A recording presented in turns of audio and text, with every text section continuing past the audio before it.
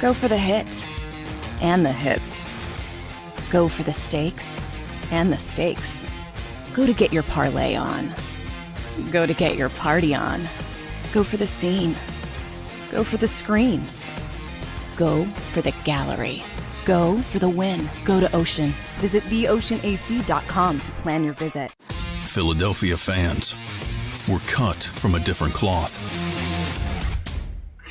Born into a brotherhood and bonded to our team for life. We believe anything is possible because we've witnessed the impossible. While we may be from different neighborhoods, come Sunday, we are one, and we will be heard. Pondley Hockey, official partner of the Philadelphia Eagles.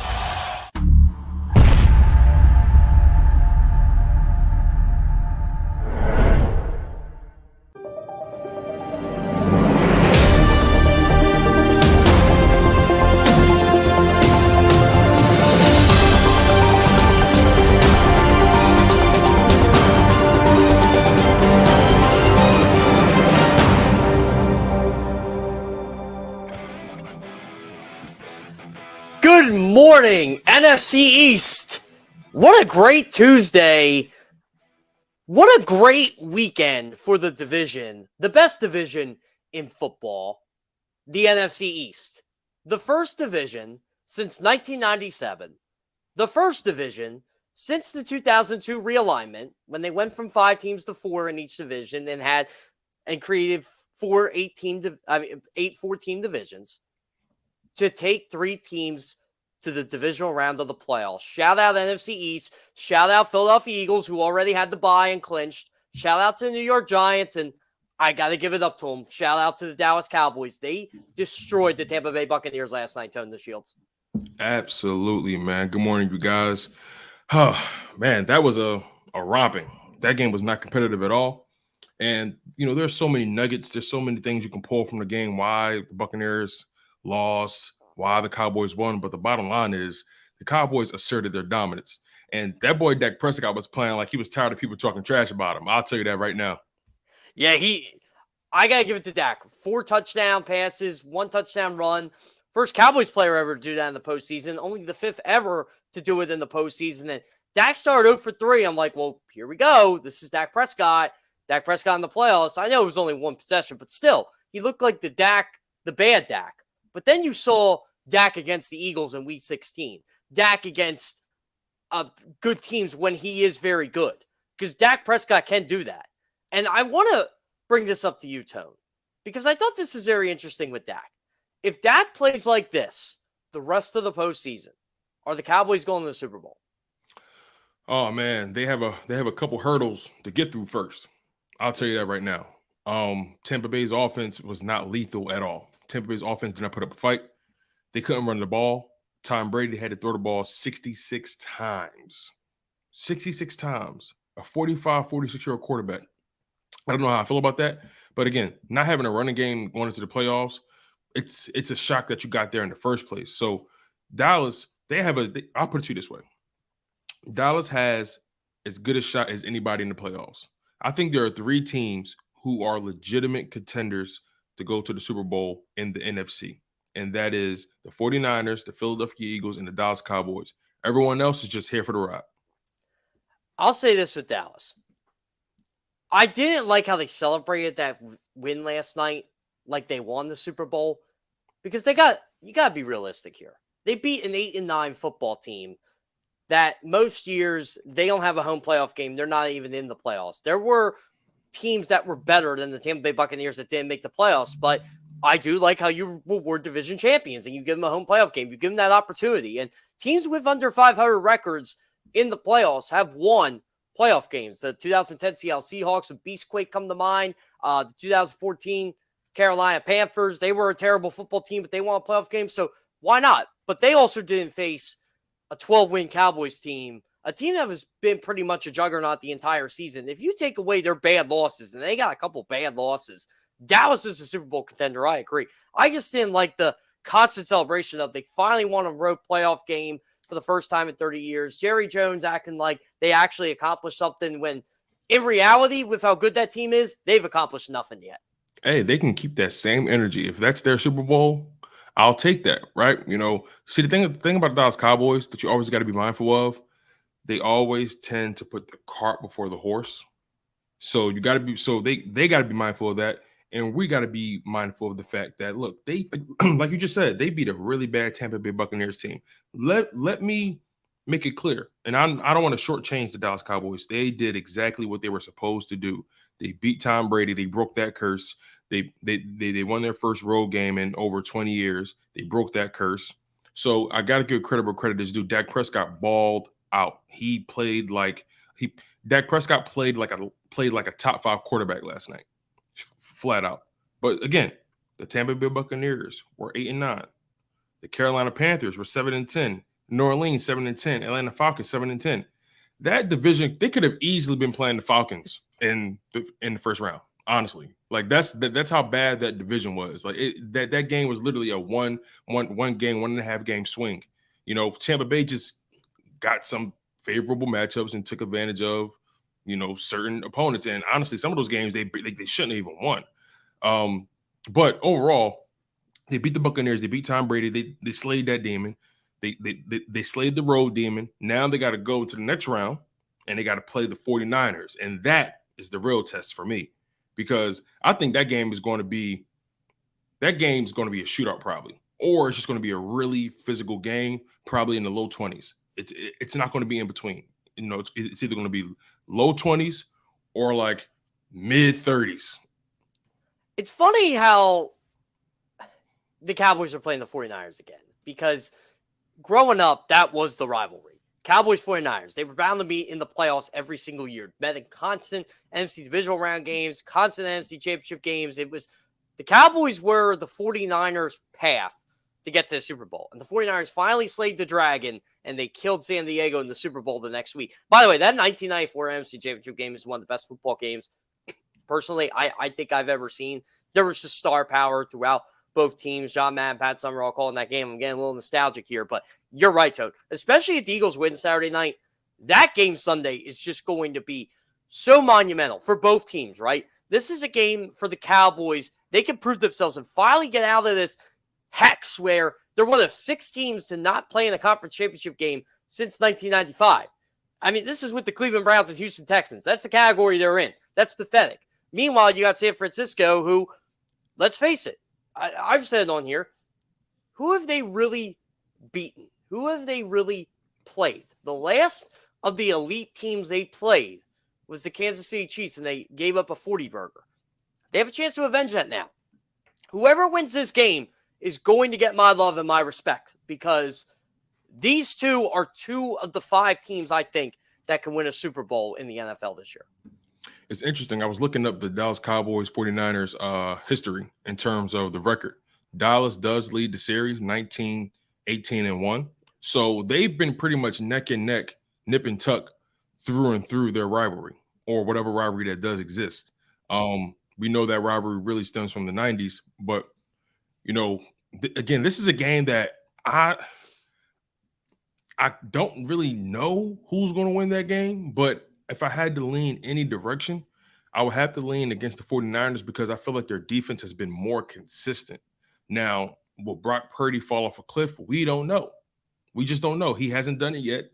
Shanahan does a great job at putting him in situations, but the Dallas Cowboys look like they're red hot. They look like they're playing their best football right now. Can they sustain it? It all remains to be seen. They're a team where they're really, really good one week, and then when they get against a certain opponent, they don't really seem like they're that team. And they have another road game. They're going to San Francisco. So it's going to be, again, this Cowboys team is going to be tested throughout these playoffs through and through. And it all remains to be seen who will be the last man standing in the NFC Championship. It's going to be really exciting. And there's no shame for the Cowboys or the 49ers losing this game. They're 2 really good teams. But this is the best pass rush Brock Purdy will face since he's been the starting quarterback. Well, there'd be a little shame if one team just gets crushed. I don't think that's going to happen, though. I think it's going to be one of those. It's going to be one of those 4th quarter games. I'll be shocked if one of these teams wins by, I'll say 13 points or more. But I want to ask you this, Tone. Yeah. Just because Dak Prescott's the oldest quarterback left. Did you realize that?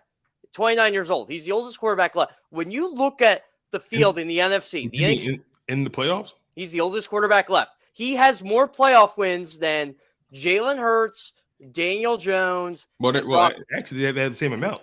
Daniel Jones has one. Dak has one. No, Dak's got 2 now. Oh, it happened that fast. He won. He won last night. My bad. You're right. So this is what I want to ask you. With Jalen Hurts having none yet, Daniel Jones having 1, Brock Purdy having none, this feels like Dak Prescott's best opportunity to control the NFC and go to the Super Bowl. Would you agree with that? Disagree with that? Oh, it doesn't get any better than this for him. Now, will they be able to accomplish that?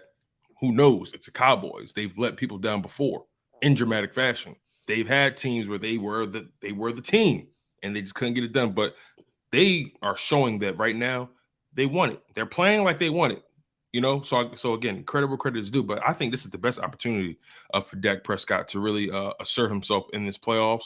He's going up against guys with less experience than him, guys that are younger than him, guys that some people just flat out don't think are better than him, right? So Dak has, I think there's a lot of pressure on Dak, but I also think there's a lot of pressure on Jalen Hurts to actually be able to sit at that table of having a playoff win. It's going to be really bad for the Philadelphia Eagles if they can't manage to get over the hump and beat the New York Giants, a team that they're more talented than. Some people argue that the Giants have a slightly better coaching. I'm still on the fence about that. But, you know, this playoffs, man, everyone said the NFC wasn't going to be that good. I disagree. Oh, the NFC's fire because of the Eagles, because of the 49ers, because of the Cowboys. And you even got to respect the Giants. Hey, they have a seat at the table. I wanted to ask you this, Tone, because the Eagles and Giants, and we didn't talk about this backstage, but why are Eagles fans scared to play this football team? Why? The Giants aren't that good. I would get if you're scared to play the Cowboys because the Cowboys are good. I would get if you're scared to play the 49ers. This Giants team is nowhere near the level of the Eagles, the 49ers, or the Cowboys in terms of talent. I'm not saying Giants can't win, but they are clearly 4 of 4 when it comes to the remaining NFC teams. Yeah, I think Eagles fans are. I don't know if they're waiting for that one shoe to drop. That's something that's always been a constant. You know, Eagles fans is kind of always waiting for that one shoe to drop. It's too good to be true. Yeah, we're the number 1 seed, but they've been watching all these games throughout the wild card weekend, and they're seeing teams who are playing their best football. And the Philadelphia Eagles did not enter the playoffs playing their best brand of football. You know, and there's nuance to that. There are things that coincide with that. Jalen Hurts' injury. Obviously, that final game of the year, they were just trying to coast and get the number 1 seed and, you know, just take care of business. Coaching has kind of been lackluster in that Saints game. So, and also in that Bears game. So people have some questions and concerns about, more so in my opinion, the coaching staff rather than the roster. I think this is one of the first times where people can say this is not a roster issue. They are nervous about the coaches being able to push the right buttons at the right time. That's just what it appears to be for me. But, you know, what are your thoughts? Since when are the Giants hot going in the postseason? Because this is what I'm seeing here.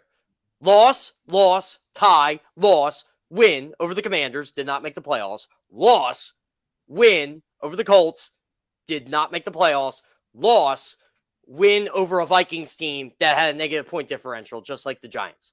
I don't understand where this whole narrative, the Giants are red hot going to the playoffs. 3-2's red hot now. Oh, by the way, I don't worry about the Eagles limping into the playoffs because they had pretty much everything clinched. All they had to do was win 1 of 3 in their final 3. It didn't matter when they did it.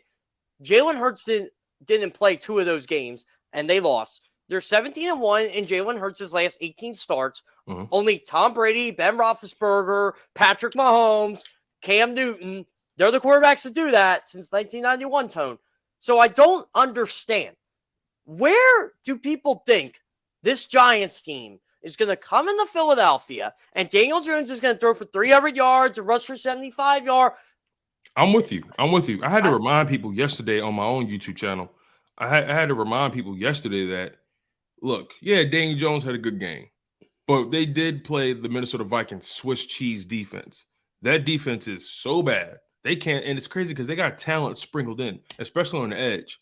But they can't stop a nosebleed. They can't stop a leak. And the Giants took advantage of that. And I told people the Giants are going to win that game because they should have won it the first time. They should have won it the first time. They actually had that game. But, you know, the football gods did their thing, and it didn't happen that way. A 61-yard field goal ended the game. That told me the Giants, they can keep up with this Vikings team. On top of that, I never believed in the Vikings. So I think it's not really a Giants thing because I haven't really heard people nervous about the Giants per se. I think they're paying attention to the rest of the NFC, the teams that are hot, like the 49ers and the Cowboys. They see that, and they saw what Daniel Jones and the Giants did. So they're like, okay, everyone's playing their best right now. What are we going to get from our team? And you know, you're right. The Giants did not enter the playoffs on the best foot. Eagles didn't enter the playoffs on the best foot. The Cowboys didn't enter the playoffs on the best foot. The hottest team entering the playoffs in the NFC was the 49ers, right?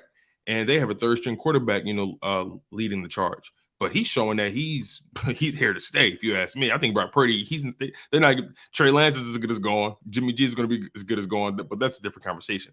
I think the Eagles fans are paying attention to the three other teams in the division round. They have played one of the best games they've played all year over the wild card weekend.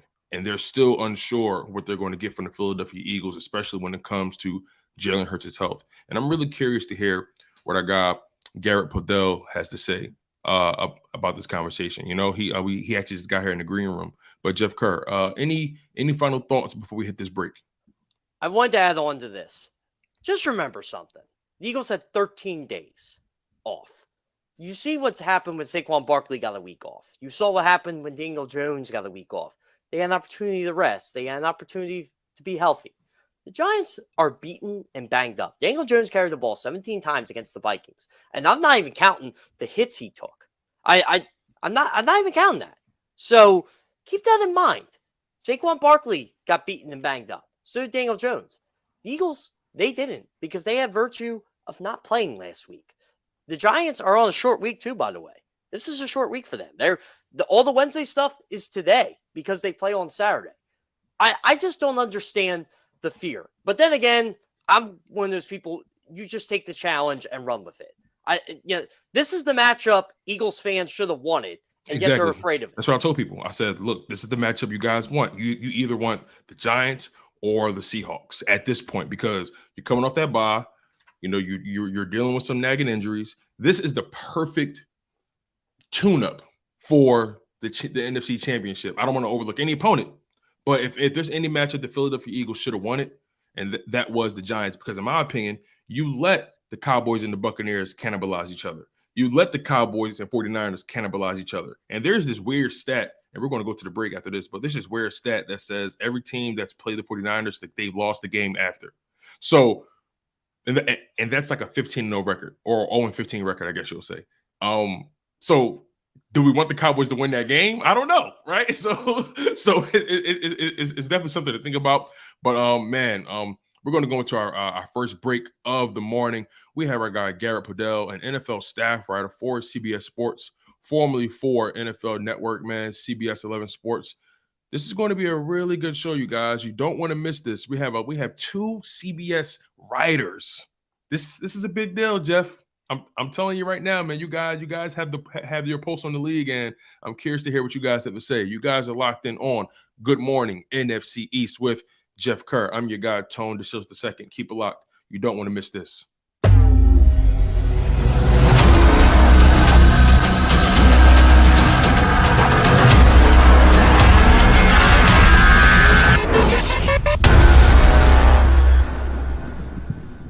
Go for the beers. Go for the cheers. Go for the hit and the hits. Go for the scene. Go for the screens. Go for the gallery. Go for the win. Go to Ocean. At Pond Lehocky, we've recovered billions of dollars for our clients, and we're confident we can do the same for you. With over 250 years of combined courtroom experience, we've helped over 100,000 injured clients obtain some of the largest settlements in Pennsylvania. One conversation is all it takes to help you and your family get back on track. If you've been injured in an accident, give Pond Lee Hockey a call. Number 1, Jeff D'Ambrosio. Destination Downingtown is rolling back prices for December to remember. For a limited time, you can own, not lease, brand new 2023 Jeep Wranglers for only $30,995 or $339 per month. New Rams starting at only $30,995 or new Ram 1500 Bighorn Crew Cabs $189 per month. Zero down can deliver. Get the price you want, the selection you need, and the VIP treatment you deserve. Jeff D'Ambrosio, Destination Downingtown, Big Finish Sales Event.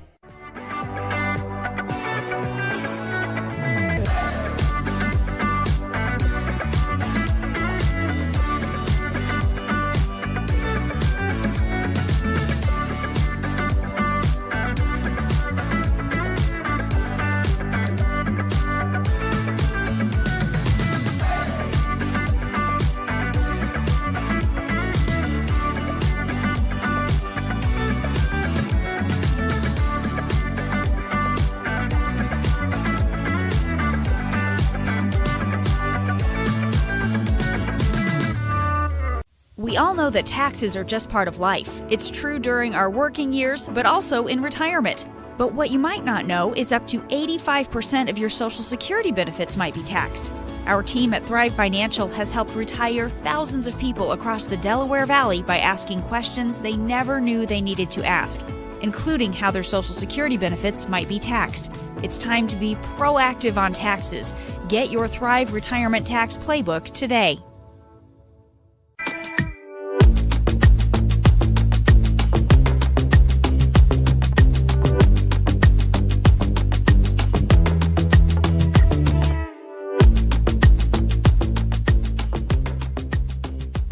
Game Show with Seth Joyner. I knew that they had a running game. Derek Gunn. He has put in the effort. Devin Caney. Had we not won the Super Bowl, what would we be saying? And Mike Missinelli. Well, you know who Philly is. Post Game, now streaming on the 6ABC family of apps.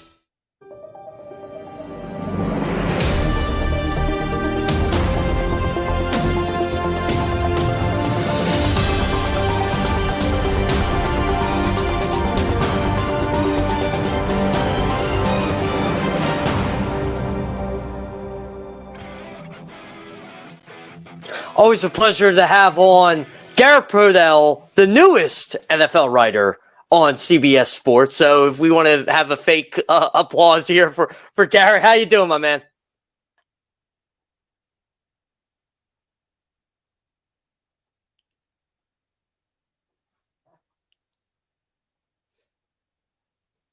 Hey, Garrett, I think you're muted, buddy. I think you're muted.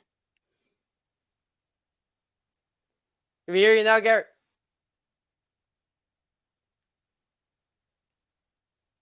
Anyway, while Garrett gets set up here, one of the things we wanted to talk about with this show, while we get Garrett set up here, one of the things I did want to mention with Garrett coming on in here is Garrett is going to be relocating to Texas. He's going to be doing a lot of the Cowboys stuff for Good Morning NFC East. So, again, he's doing that for CBS. Not a Cowboys fan, by the way. So is Garrett back? Did we get Garrett?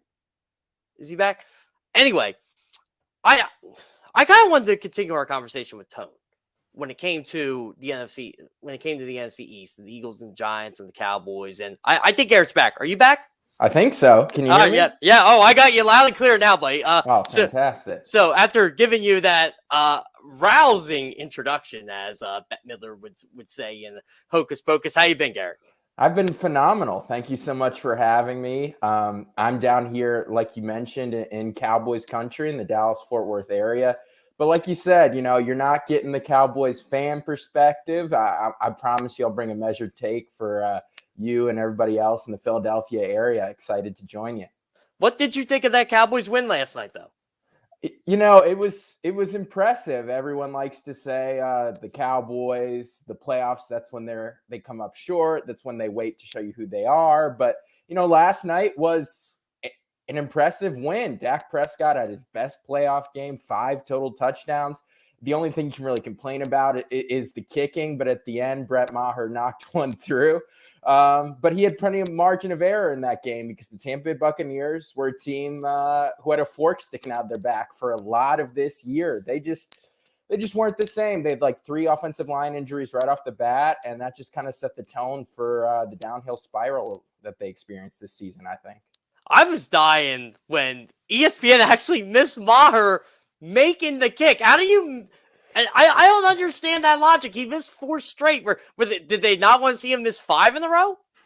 I don't know, Jeff. I mean, the memes and the tweets are all super fun. So maybe they were assuming, oh, this kick's going wide right, because it's funny. One of the Cowboys team reporters, she tweeted from the sideline last night, hey, he's trying to kick the ball into the net here. He's missing the net. The ball's flying up into the stands. I mean, this was getting cartoonishly bad. So I have no idea, but good for Maher to make 1 or 2. Everyone's had a really bad day at the office, and his just happened to be on national television on a Monday night. Did you happen to catch what Dak Prescott said? I think it was after the 3rd one where he said basically go for effing 2.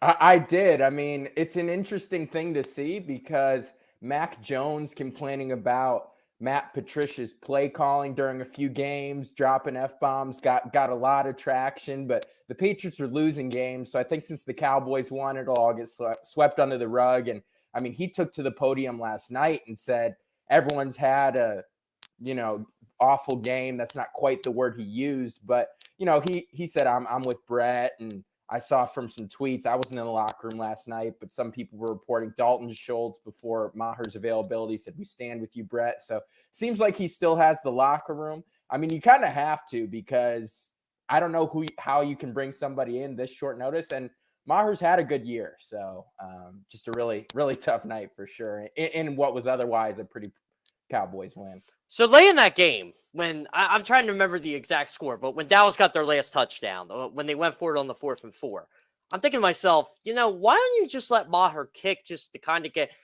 the kid's confidence back up? Because you know how kickers are. They're very finicky, and they're in that routine. And that was, it wasn't an extra point distance, but it was close to it. You wanted to see him make something, especially when you're going to be playing San Francisco next week. And I honestly, they got lucky. Tampa Bay had a blow in coverage, and they scored because that Maher could kick an extra point. But I don't know. I just think I would have kicked the field goal there just to give him that opportunity.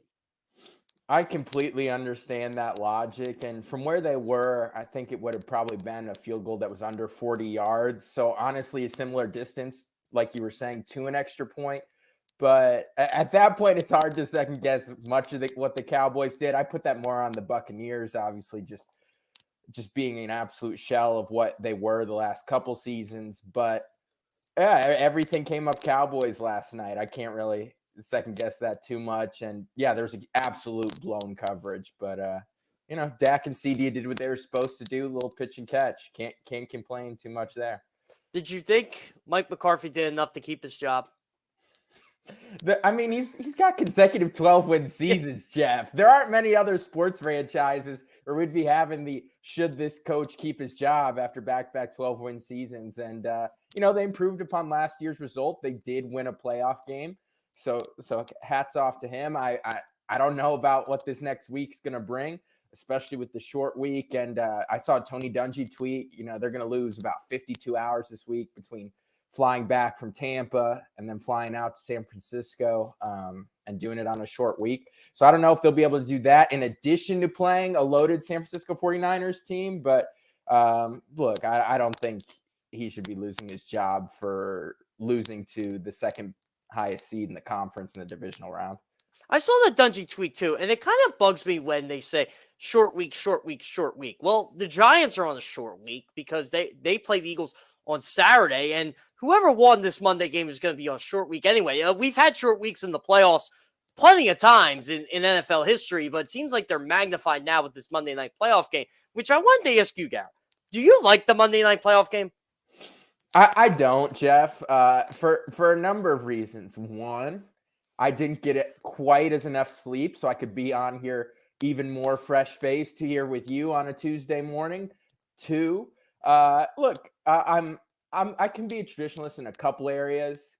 Just give me my Saturday and Sunday football. What are we doing with Monday night on the playoffs? I don't know. I'm not a huge fan. I like Joe and Troy. They're a fun listen, as well as the Manning cast. But no, I enjoy football on the weekends.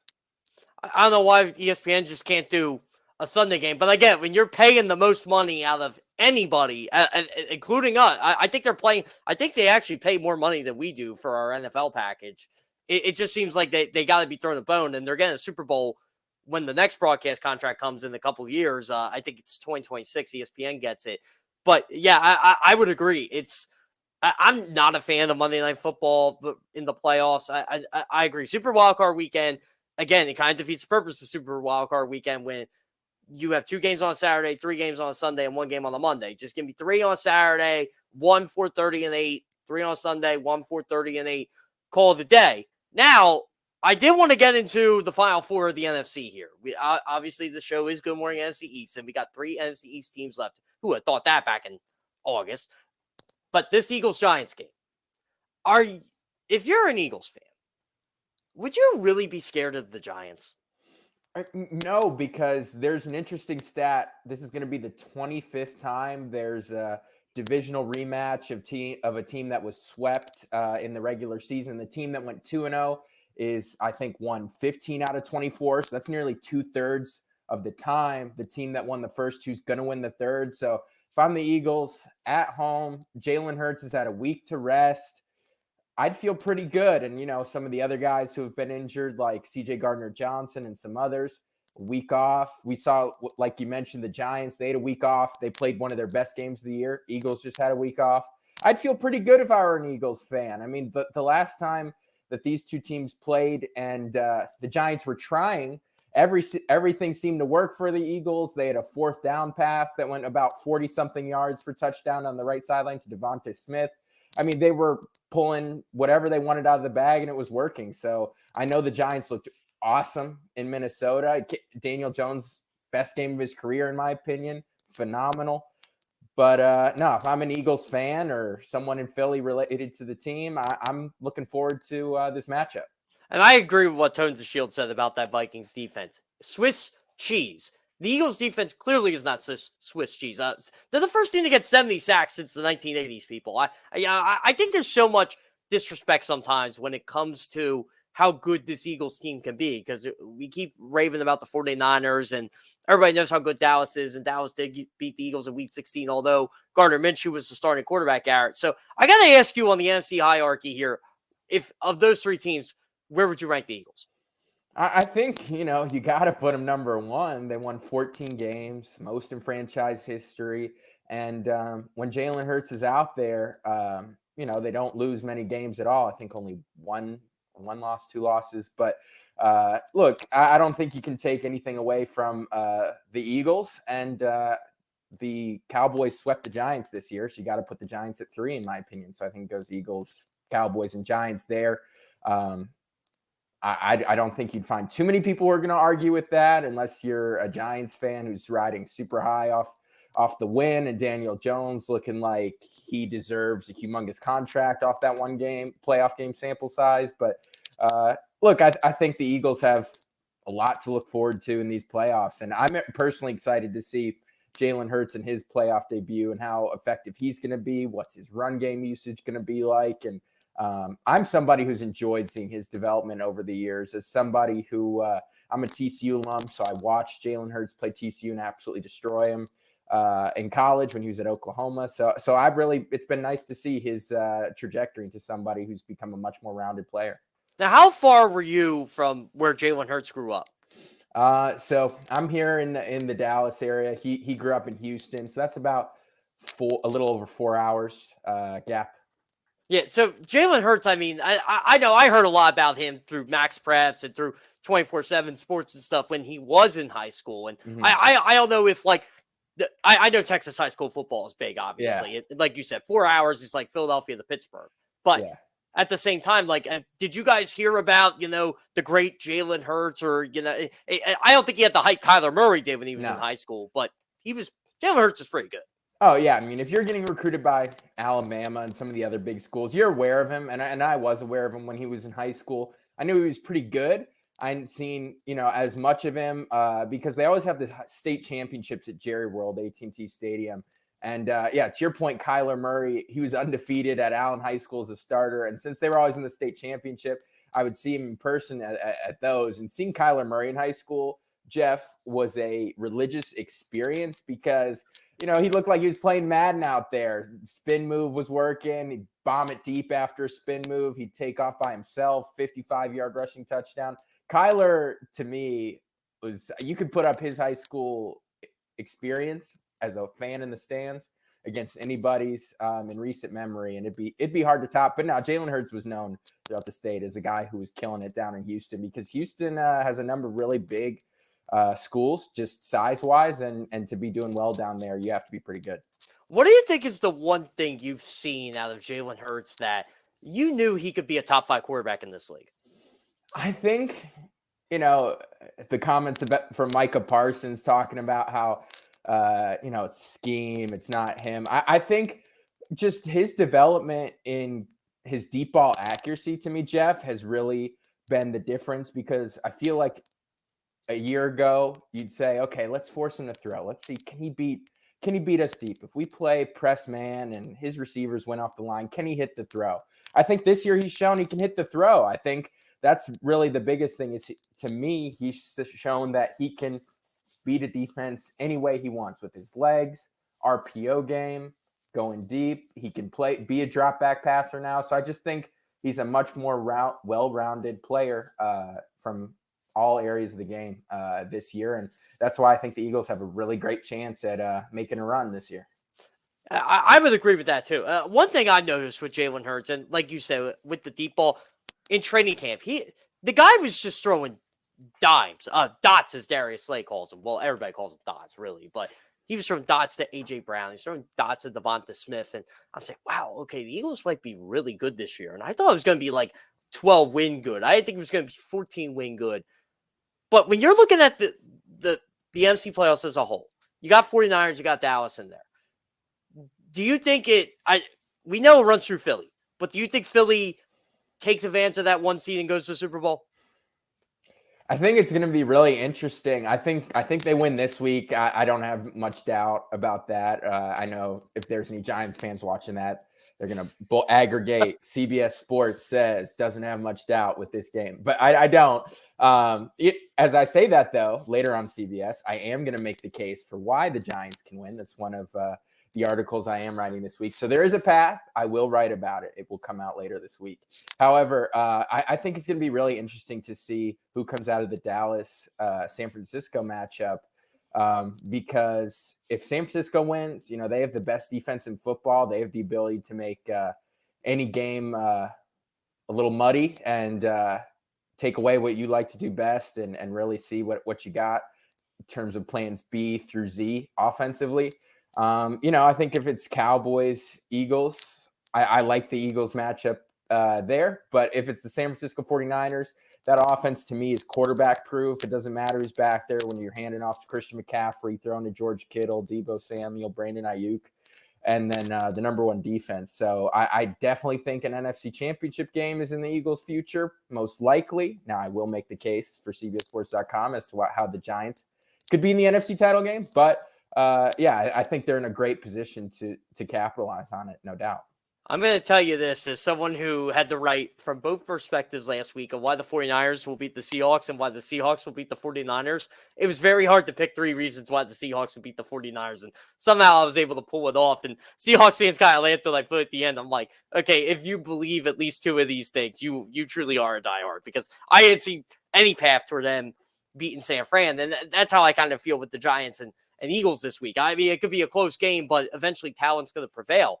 I did want to ask you, though, just being in that Dallas area, you get the full Cowboy experience here. Mm-hmm. You actually get the diehard fan, not the transplants that we get up here who, I like the Cowboys because I hate the Eagles, or I like the Cowboys because I had an inferiority complex when I was younger, or whatever reason it is. You're getting real Cowboy football fans there, so you got to tell me the experience. Yeah, I think watching the local news here in the Dallas area is one of the more informative experiences. And you know, I loved. I worked for one of the awesome local news stations in the DFW area, CBS Channel 11. But pretty much, every sportscast, the Mavericks could have done something really, really cool. Luka Doncic may have dropped 40 that night. The Rangers could have signed Jacob deGrom. It does not matter. TCU could be in the national championship game, but only for, I think, pretty much TCU being in the national championship game. The week before when they played Michigan in the semis, the Cowboys are leading the sportscast. Oh, here's what Dak and company said after practice today. That leads off the sportscast. So the Cowboys, they get the most oxygen of any team, college or pro, in this area, whether they're in the off season or whether they're playing games. More often than not, they're going to lead the sportscast. And I think, if you're walking around out and about, Cowboys gear everywhere. It doesn't matter what time of year it is. Being a Cowboys fan in this area is a 365-day job. That's how it is here. And these guys, they can't get enough of their team. I respect the fandom, thick and thin, no matter how disappointing they are in the playoffs one year to the next. Since 1996, that's kind of what it's been, a little more disappointing. But they're a faithful bunch for sure. This is what I got to ask you now, because up here, if you're a Cowboys fan, you're typically a Yankees fan, a Lakers fan, a Duke fan, a North Carolina fan, a Michigan fan. Is it like that down there? Or do they actually root for the Texas Rangers, the Dallas Mavericks, and the Dallas Stars? I know a lot of people personally. They do. They rep the DFW Metroplex 4 teams. Now, you do have, some people who, when Rangers, they've been bad for a couple years or so, more like 4 or 5.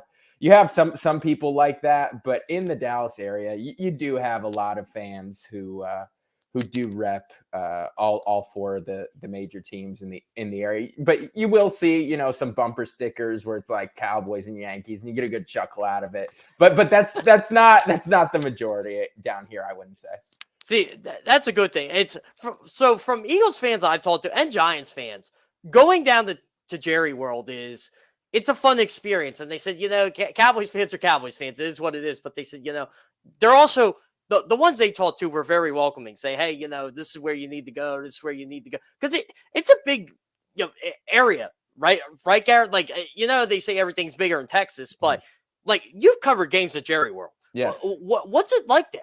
It's a compound within itself. The first couple times I covered games there, just took me a while to find the right elevator to go down the field level, get back up. Now I got a hang of it. But yeah, I completely understand. It seats 100,000 people. You see the clips that go viral. I mean, the stadium's so big, they pack everybody in, and then they still have standing room only seats, which is how you get the people sprinting into the stadium that you see that they show on the broadcast. People think, are they sprinting to their assigned seats with the ticket? Now they have standing room only seats. But yeah, I mean, it's a humongous football palace to cover a game. But almost every seat in there is a pretty good view, and the press box view is very great. Jerry does a great job with the press box spread. The mac and cheese in the press box is unparalleled, and almost everything else in there is pretty good. So can't complain about the way Jerry treats the media in that regard with the food. But no, and in terms of the viewing experience, it's a lot of fun. I will say anyone who goes down there for a game, if you pay to be there, you really got to be disciplined. Look at the field, because the Jumbotron is humongous and very tempting to get caught just looking up, glaring at it. Because it is a marvel to see a screen that big. But yeah, it's a really fun place to watch a game.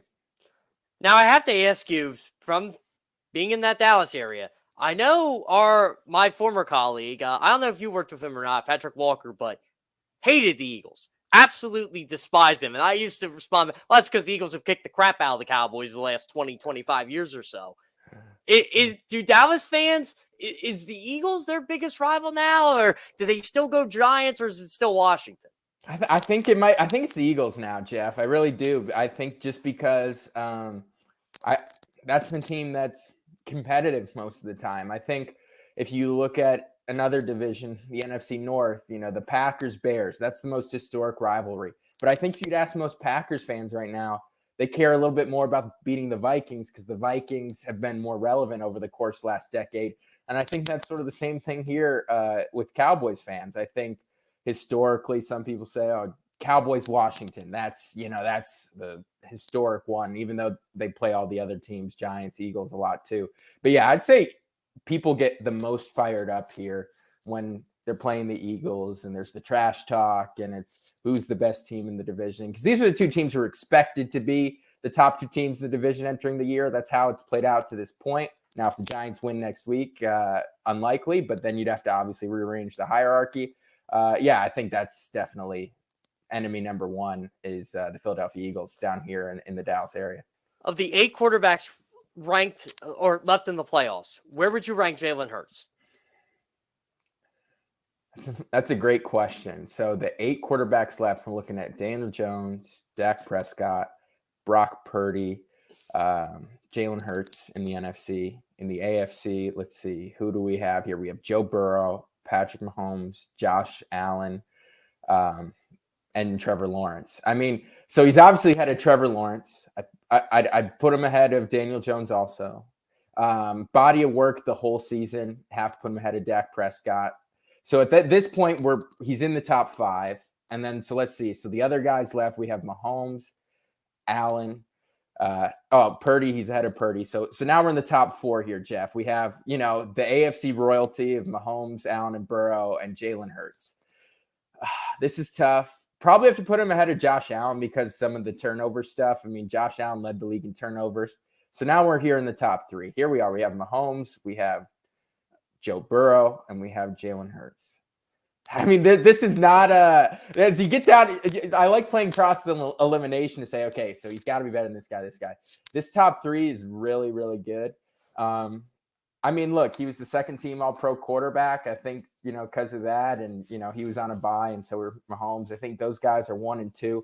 I think if Hurts plays the whole year, he would have had a really great shot at MVP. And I think before he got hurt, I think he may have been the betting a favorite according to Caesars. I'm going to put him at 2. Eagles fans don't hate me. I mean, Mahomes has been phenomenal this year. So I'd put him at 2. I think it's still just like the All-Pro voting to this point. He's number 2. One of my favorite stats, and you're a stat guy, you're like me. I think one of my favorite stats was when Jalen Hurts made the All-Pro team. He's the first quarterback from that heralded 2020 class to make an All-Pro team. Not Joe Burrow, who made a Super Bowl. Not Justin Herbert, who has the most passing yards after his first 3 years in the NFL, and not Tua, who led the league in passer rating. It was Jalen freaking Hurts of all people. And it's just incredible how, I mean, we both know the Eagles are good. But this is the guy that, in my opinion, if the Eagles win the Super Bowl, he's the reason. Yeah, I mean, you have the great defense, and I think that defense there in Philly's been good. It's been a strong defensive front for years, and they've had the offensive line in place for a few years, a lot of those guys. So, yeah, I think if the Eagles do win, I think how far they're going to go is going to depend on how well he can carry that offense down the stretch, no doubt. And it is funny, I think, as we're watching the playoffs here, it reminds you like college football, more and more of it's kind of translating into the NFL in terms of style of play.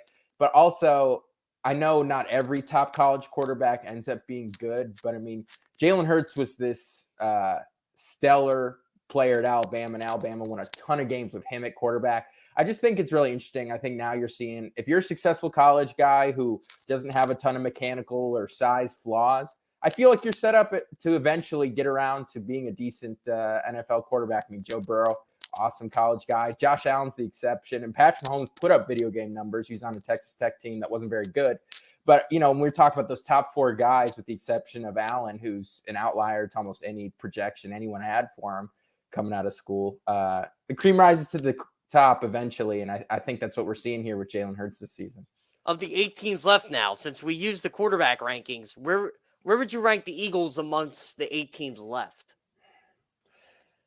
In terms of just how good they are right now, I think you'd also have to put them top 2. I know it's basic, but I think they're right up there at the top. I think they definitely probably have an easier path to the Super Bowl than the Chiefs because they're gonna, if they win this weekend, they're gonna have to play like we said, one of the other top quarterbacks, Burrow or Allen, in this mix versus if the Eagles win, they're playing either a third-string rookie quarterback or a team with a number of playoff demons in the last 25 years, the Dallas Cowboys. So, I mean, I'd put them at number 2 in terms of how good they are, but I think the Eagles definitely probably have the more clear path out of any team to Arizona in the Super Bowl. I just thought of this too. Now that you mentioned the whole Mahomes, Allen, Burrow thing, Jalen Hurts pretty much has Dak Prescott, who has 2 playoff wins. And again, I said earlier in the show, Dak Prescott, this is his best chance to go to a Super Bowl because of the inexperience of the other quarterbacks. But pretty much it's your Dak Prescott, Brock Purdy, or Daniel Jones standing in the way of Jalen Hurts making the Super Bowl in just his second full year as a starter.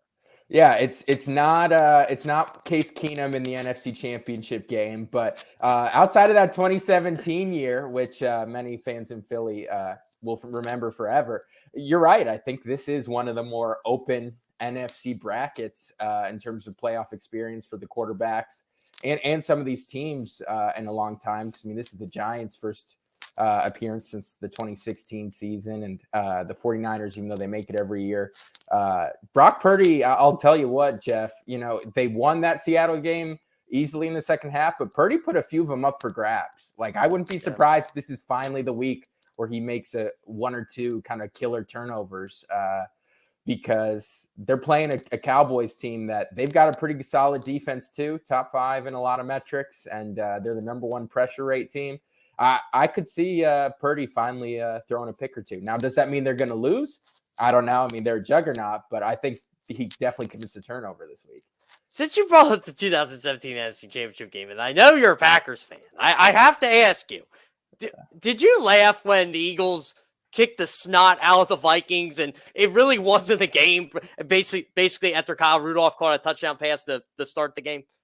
Look, we're at CBS Sports. We got to have an unbiased look at all the teams and really evaluate things critically based on what we see on the field. At the same time, yes, Jeff, there was a part of me that that was smirking watching the game, going, "This is a lot of fun." So we were talking a little bit earlier about who's the team that Cowboys fans probably detest the most and look forward to playing the most.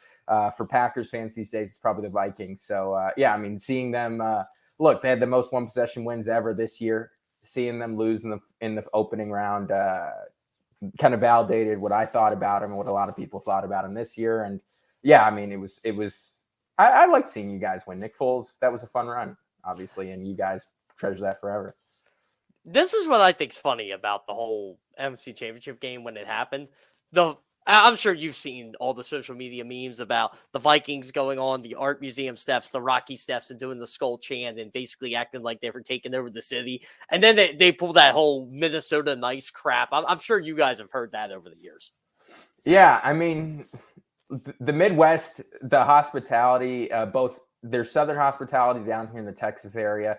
But most people in the Midwest, they'll say, "Hey, how you doing?" And they're genuinely nice people. But when it comes to their sports, everyone cares deeply about their sports teams and gets really into it and excited for it. So the Midwest hospitality and niceness, there's a lot of people who that is genuine for. But I mean, when it comes down to your sports team, you're pulling hard, and maybe some of that does go out the window when you're in the stadium. Yeah, it must be me as a Northeast guy. Like, we're not nice to anybody. It's, you go down south, you get people like you that go, "Hey, how you doing?" Or they reach out to you. They want to start a conversation. I'm like, hey, get away from me. I'm just one of those people. Nothing bad. And I like to talk to people too. Like, I like to ask them about their cultures and stuff they do. But like, I'm just one of those people, like, when I'm walking to the market or when I'm just walking to my car, I kind of want to be left alone, right? I lived in New York for a summer and worked in New York for a great place, Sportsnet New York, and that was a real wake up call for me as someone with a Midwest background and spent a lot of time in the South to be walking around there, and no one wants to talk to you. They've got better places to be. They got better places to be, and they got to be there quicker. That's one thing you learn about the Northeast. Everything's about getting from point A to point B as quick as you can. I don't know how it is down in Dallas. No, I mean, people like getting where they need to go, but if there's an opportunity still to open a door for somebody and say good day, it'll likely occur. Before I let you go, Garrett, I got to put you on the spot here. Who's winning the Super Bowl? That's a big question, Jeff. I think if you had to pin me into corner here, like you have me right now, I think I think we see a Super Bowl matchup. I mean, this is super chalky, but Eagles and Chiefs to me, between the Chiefs having, I know if the Bills make it, it's not a home field situation. It's a neutral site game in Atlanta. But I just feel like if the Chiefs, if they're not playing road playoff games, they're going to make the Super Bowl. So I like the Chiefs going to the Super Bowl out of the AFC. Same thing with the Eagles. I think at some point, Brock Purdy's inexperience catches up to him, whether it's this week or next week. And if you guys playing the Cowboys, you just assume something's going to go wrong with them at some point in the playoffs, because that's the track record since 1996. So I think it's Eagles, Chiefs. This is really tough. I go back and forth to it. I think that would be a very close matchup. And at the end of the day, I really could see the Eagles, because I think if you can cover Travis Kelce, I was looking into this because I also have to write what do the Jaguars have to do to beat the Chiefs this week? That's one of the other articles I'm writing for CBS Sports on this lovely divisional round week. If you cover Travis Kelce, you can win the game. I mean, I know it's a tall ask. I mean, he's the best tight end in football, one of the best tight ends he's put in a case for in the history of the position. But if you can cover him, you can win. And I think the Eagles, they've got the safeties to move with him a little bit. And so, look, Jeff, I know this might be considered pandering, but I think the Eagles have a really great shot to win that game and win. They did win 14 games. By the way, I lied. Before I let you go, how old were you when the Cowboys last made the NFC Championship game? Ooh, you're gonna put me on the spot here. Yeah. So, were you born yet? I'm curious now. So I was born in the summer of #96, so I was not alive. I love it. I absolutely, I had to ask because I'm like, I'm not sure how old Garrett is yet, but I'm pretty sure he's younger than the. So you've never seen 26. I'm 26 years old. I have not seen the Cowboys in a Super Bowl. No. That's awesome. That just makes this even better. Garrett Pardell, everybody from CBS Sports. Pleasure having you on, my friend, and I'll be sure to get you on again. Thank you so much for having me, Jeff. Appreciate the time, and hope you have a great day. Had enjoyed our conversation. Yeah, sounds great. Thanks for coming on, Garrett. That just made my day. I was not sure Garrett actually saw the Cowboys play an NFC Championship game. I was 7, so again, that's where the ages kind of collide there. So, if you want to get your VHS jokes in, please feel free to. But Bird Street 65 is coming up next with Joe McDonald, with John McMullen. They'll talk Eagles, Giants. I'm sure they'll be talking about the Cowboys win too, and about the NFC East being the impressive division that as it is. And by the way, guys, you will not want to miss tomorrow's show. We got Kevin Boilert on, everybody. Mr. Giants fan himself. He might try to convince himself the Giants are going to beat the Eagles, but Kevin's a realist. I don't think he'll go that far, but we will see. I can't wait to have him on tomorrow. Have a good day, guys.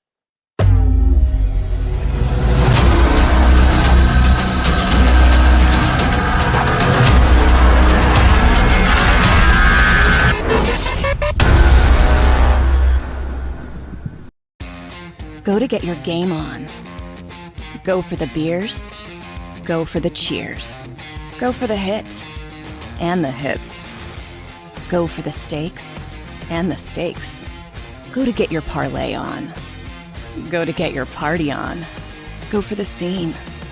Go for the screens. Go for the gallery. Go for the win. Go to Ocean. Visit theoceanac.com to plan your visit. Philadelphia fans, we're cut from a different cloth.